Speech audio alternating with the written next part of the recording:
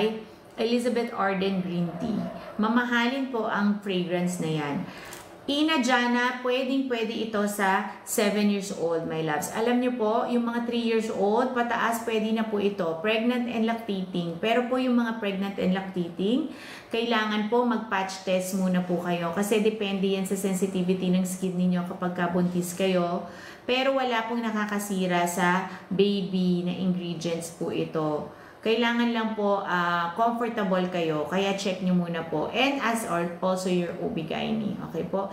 Alam nyo po yung mga 3 years old, kasi nga po, di ba, dengue season na naman po. So, paliguan nyo po sila, yung mga anak po natin, para malayo po sila sa mga lamok, kagat ng lamok. Okay po? Ako po, lamukin, nagka-dengue na po ako, pero pwede pa rin po akong magka-dengue. Kasi po, ang dengue, meron pong 4 variants. So, naka-isang variant pa lang po ako. So, meron pa pong 3 na pwedeng kumagat sa akin, na